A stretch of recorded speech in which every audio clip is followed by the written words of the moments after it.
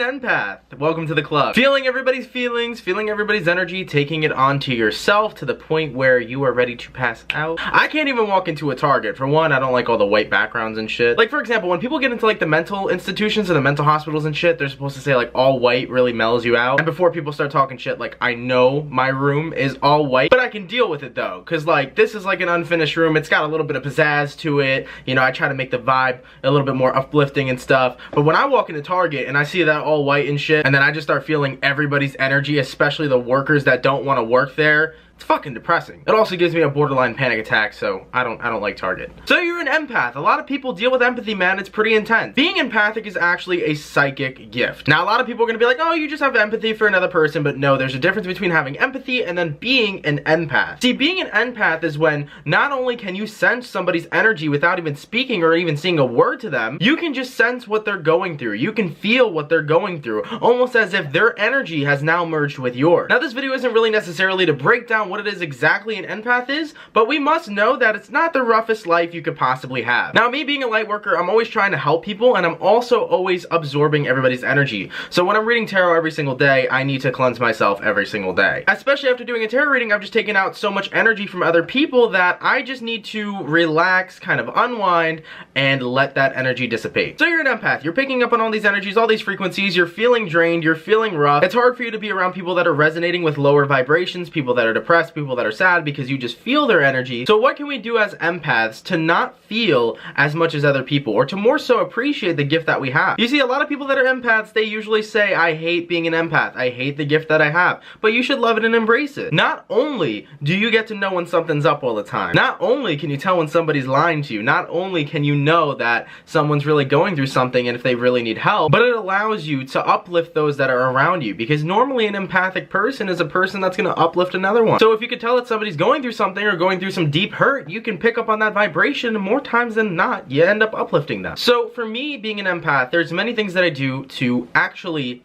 detach their energy versus my energy. Now, what empaths would naturally do is they'll merge the energy together. So they'll feel the energy of another person and take it on themselves. That's something that I learned to completely wipe away. If you are stuck absorbing everybody's energy every single day, you are going to be drained, you are going to be tired, you're going to feel like an absolute zombie. More often than not, you'll actually be more of a depressed person and a more unhappy person, because you're just taking in everything else that isn't even organically from you. What I actually call it is the separation of your energy versus other people's energy. Now, how do we acknowledge what is our energy versus what is everyone else's energy? This all starts with getting to know the self. We have to know exactly who we are, how we think, how we feel, and how we react and respond to certain situations. So for example, you wake up in the morning and you can tell, right? You're not surrounded by people, you're not surrounded by anybody, you're just waking up out of your bed. What is your mood like? How are you when you wake up? Are you a morning person, or do you hate the morning time? Do you wake up and do a meditation, or do you wish to go right back under the covers? This is the time to start getting to know who you are and absolutely understanding what yourself is, who you are. So the more that you get to know who you are, the easier it is to recognize what is your energy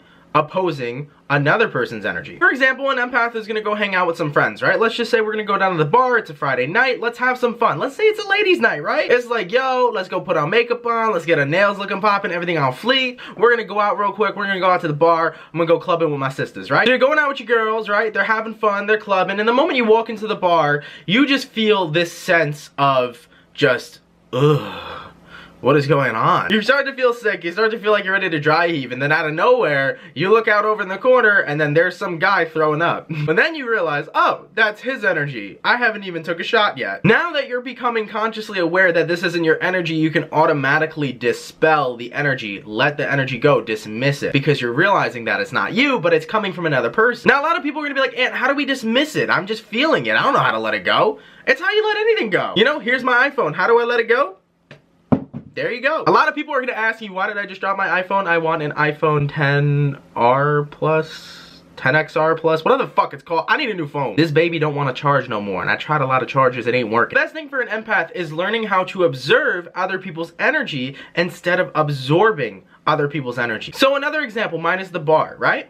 You're going outside, you're hanging around, and you just see somebody sitting on the corner of a bench. They got their head down, they're smoking a cigarette, they're relaxing, maybe they're reading a book or something.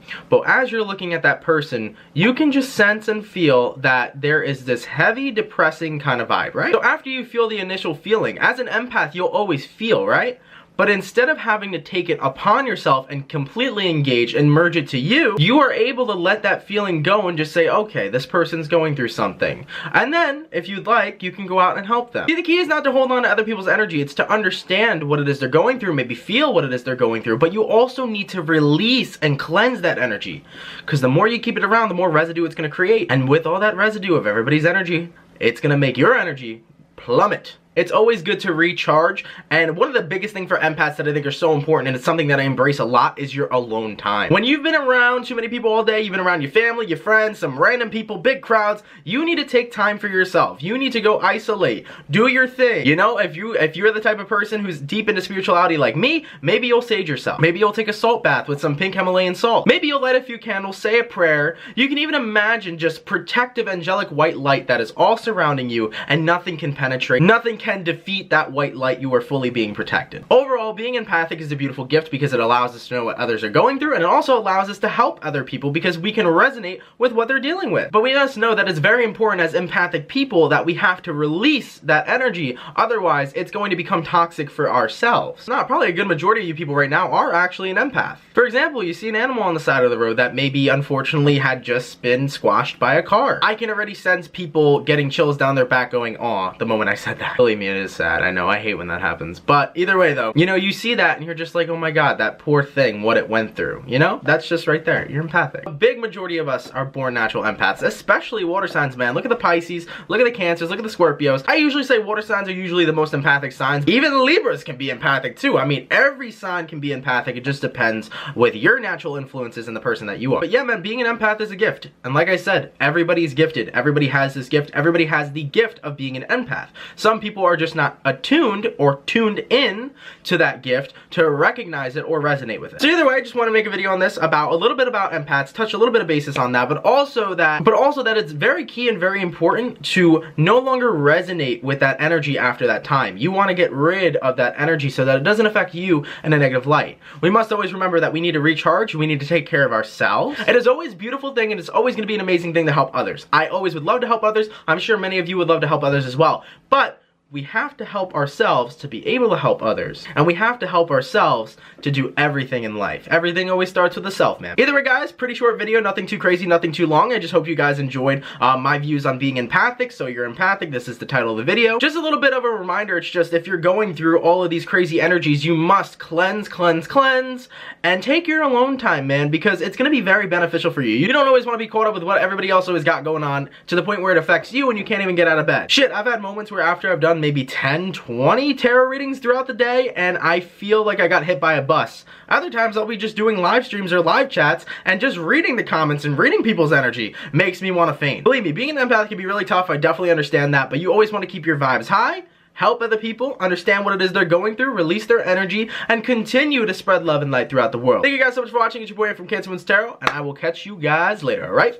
Peace. I say what I want, I say what I want, I say what I want.